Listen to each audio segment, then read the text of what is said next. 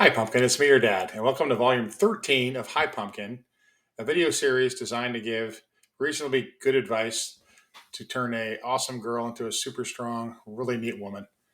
So today we're going to talk about one I've heard a lot in the media lately, and I hear people saying it back and forth: the notion of "you owe me" or "I owe you" or owing. And I kind of want to hit on that because it's interesting how people use that word, and they use it in a way that tries to get you to do something generally you don't want to do.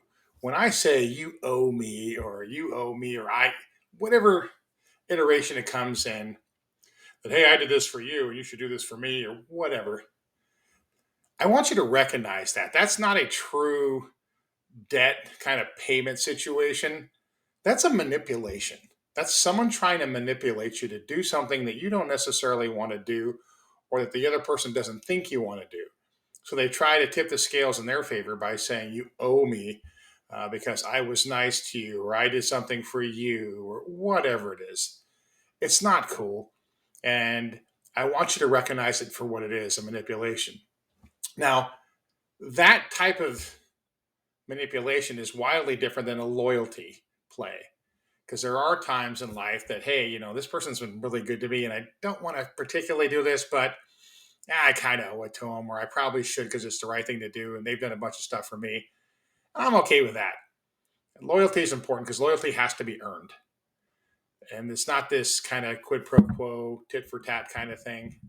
And you'll have relationships like that in life. You'll have business relationships where, hey, if you're good to me, I'll be good to you, and vice versa, and it'll be great.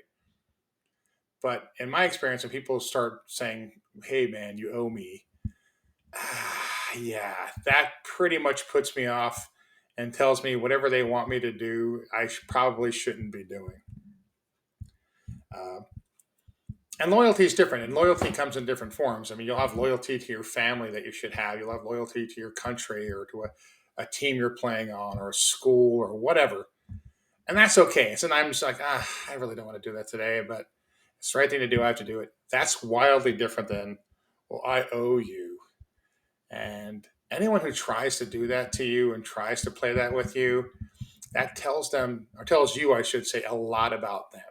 So be very careful when people start bantering about what the hey, you owe me stuff, because, yeah, I don't know. And I tell you this because this has become really prominent in your generation, and I don't know why. Everyone thinks everyone owes them something. You owe me respect. You owe me a living. You owe me an education. You owe me everything for free. I don't want to do anything. It's just you have to give it to me because for some reason I'm so awesome. You want to bend over backwards and pay me and give me all this crazy stuff. Nothing can be further than the truth. Nobody, as much as I don't think you owe much to anyone, nobody owes you anything. I'll say that again because it's important. Nobody owes you anything. You have to work for what you get in life. You have to put in effort. You have to accomplish and achieve on your own. Not because someone owes you or someone's being nice to you or someone's repaying a favor. No. You're going to get as far as you get in life because of what you do. And it's interesting to me how this current generation, I know I sound like an old guy. Oh, everyone thinks everyone owes everything.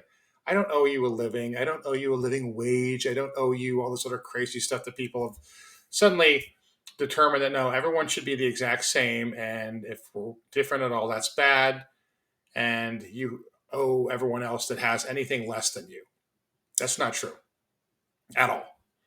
And people can try to beat you to death with it and they can use circular logic all day long. But yeah, I'm not buying it. No one in my generation is buying it. All us Gen Xers had to work really hard to get what we have. Everyone before us really did. And if you look around you, with very few examples, um, I'm sorry, with very few exceptions, I should say, everyone who has got on their own. It's not because, oh, you inherited a bunch of money or you did this or that. The overwhelming majority of people who've done well, whether it's in sports or in a particular art form or in business, whatever, has done it because they put the effort in, they put the work in. And that's tough. If you want to be a good artist, guess what? You have to paint or sculpt or sing or play an instrument a lot. You want to be a good athlete, you have to train a lot. You want to be a good entrepreneur, good in business, you have to get out there and put yourself out there a lot. Nothing really just comes naturally. And oh, the world owed me this, so I had yes, it was worked out great. Very rarely do you get lucky like that. So be willing to put the effort in.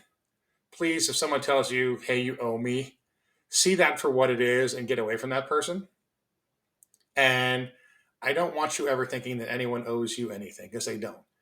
Even people who you love, who you've done great stuff for, you don't do things for people because you want them to owe you or, hey, if I do them a favor, they're going to give me a favor. You do nice stuff for people because you're a good person and it's the right way to be. So continue to be a good person, continue to do the right thing for the right reasons, and keeping the awesome person you are. I love you. It's great to see you. You look awesome today, and I really value and treasure this time together. And thanks for coming to visit today. Bye, Pumpkin.